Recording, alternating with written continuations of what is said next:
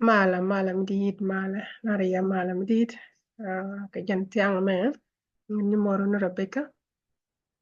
ba saba skulan ba je present ke yaki ba je nyɔk ye la Thursday mala ngana la nuan so de laro ye mala ka lang kot ko bete ke yakel ngwati yentina mo ye rajo mo yeno ling ngai kon yo ni ke ninte shi woto kon ko bugjan dama to kon kala sana ngwande ko bugjan chatande roch nena kwi Kristo ela Mesia so wana me tuglini waya wiko sometime tuglini ba tugwara langa dide karana lingo go cha witnesses of Christ as the Messiah so ba consul Kuoth amat amano kure ba de loini ko ni chana pa kore jaw ko ni shukr so tin ko den ko diar ko sangar pin watin tie je jan sa me ko ware loini ko gwadin bi ngi use ko bright grade gwadin beta kel kan ni dong bi loini to link to gwadin no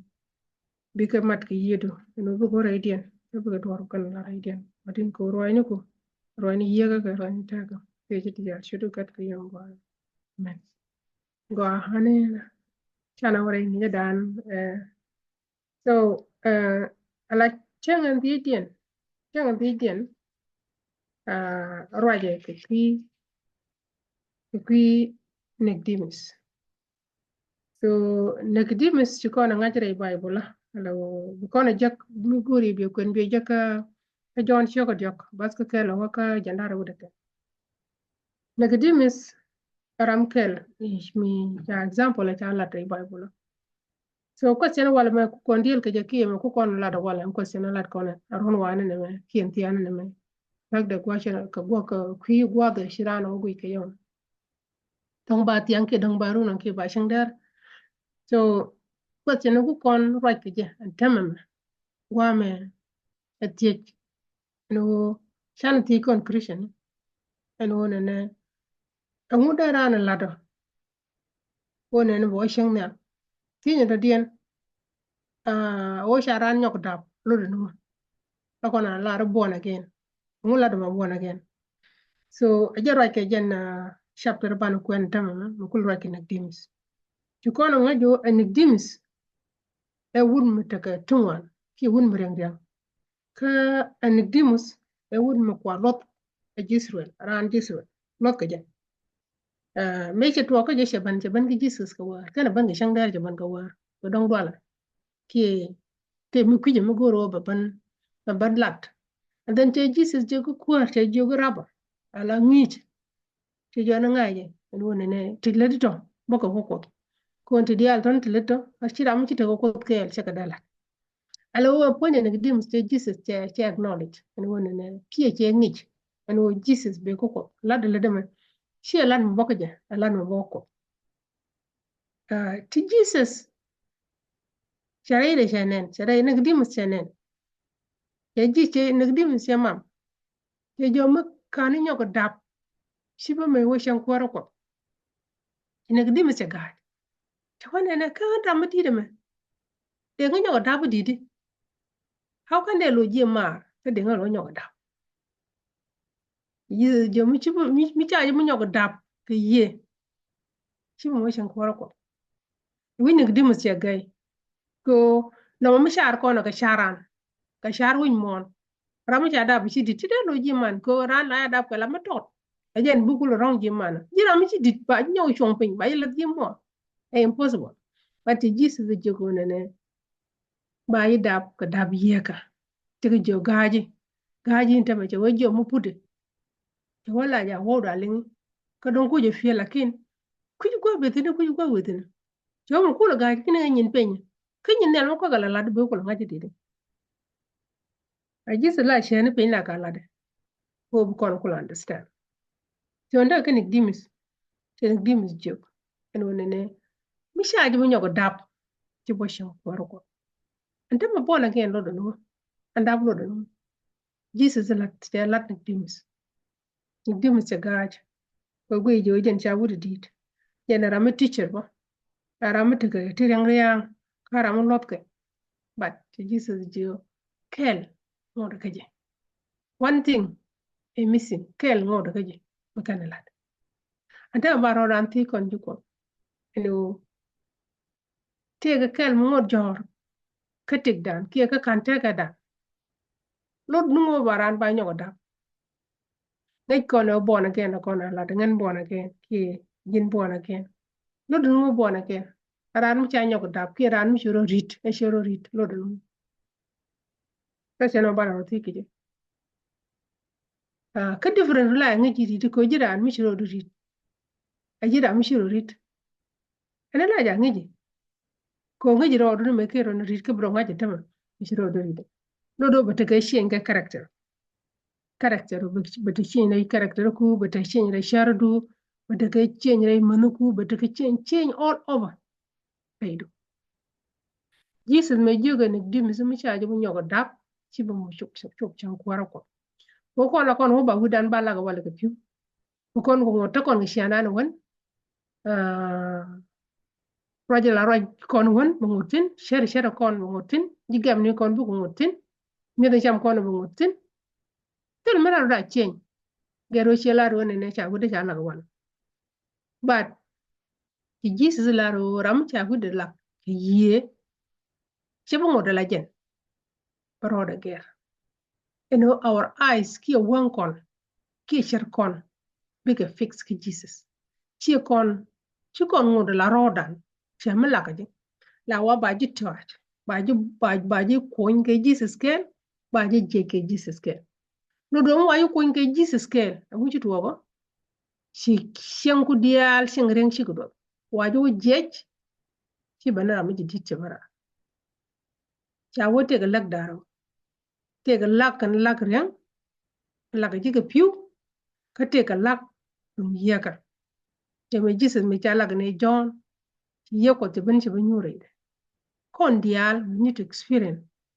lak yaka man bire dan biye ger bitte dan biye ger e ko na ne to kokken e bu kon shianda na won bu kon a liej bu kon ngaju shiange da ne la shanga ngachi jen shanga ngawal so shianga mo gor kono ko mi shi kono bi jak tele shan ko ko whether tika 20 years tika 30 years tika 50 years tika 60 years tika runti jen bakal tika runti jen boro re lo ko ka kana dab kana nyogo dab tele ne la benen so bay nyogo dab ajeno bro du ridu ramedan ela raan odok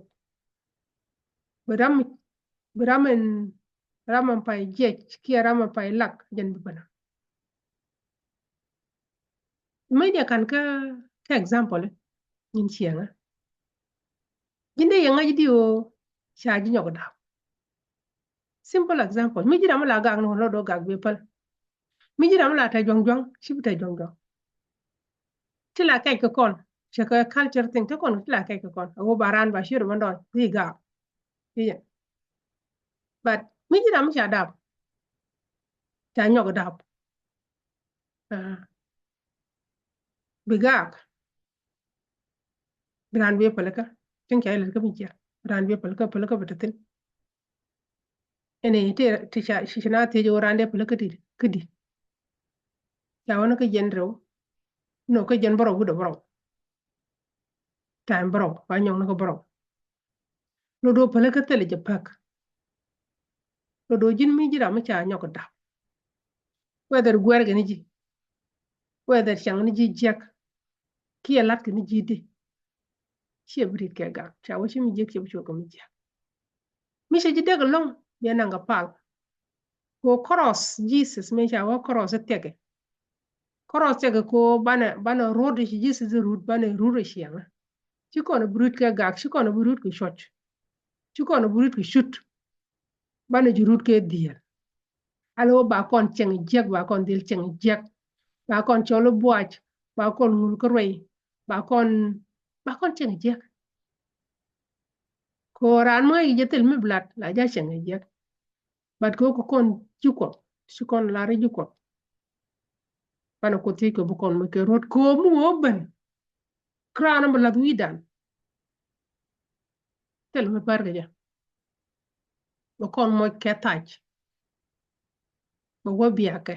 yen jaka ti chinga lep ka shala da shalat kon tiani zai ma cha to na ka ne mo warano ko roja kon che mo roja kenek dimis ya lare wo mi karan nyoko dap ke shan kware shebene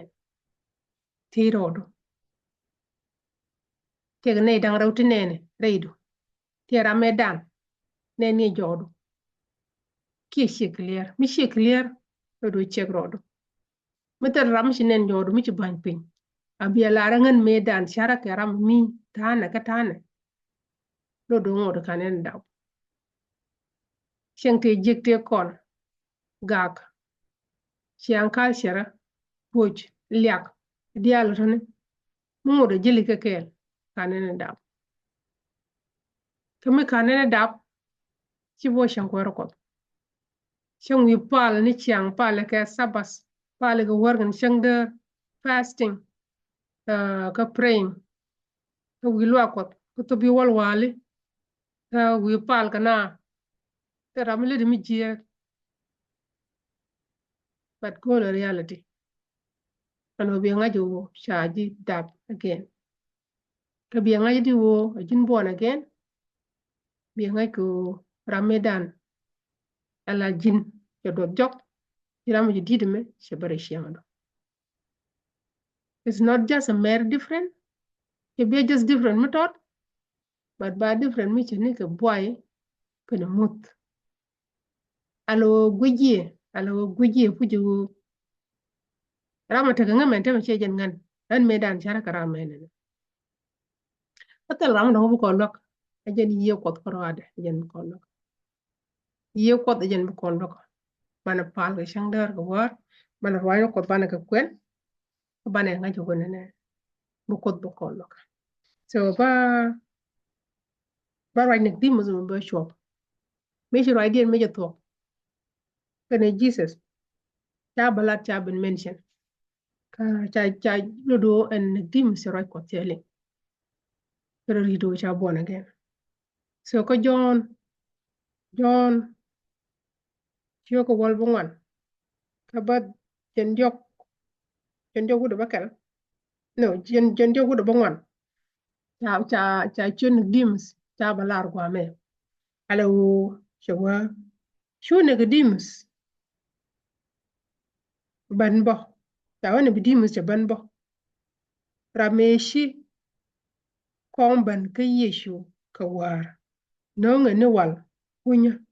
kisha liom ka teke ngwany mugwa mite tiak temde ke kile ni ijandiok so kwa chi Jesus liutin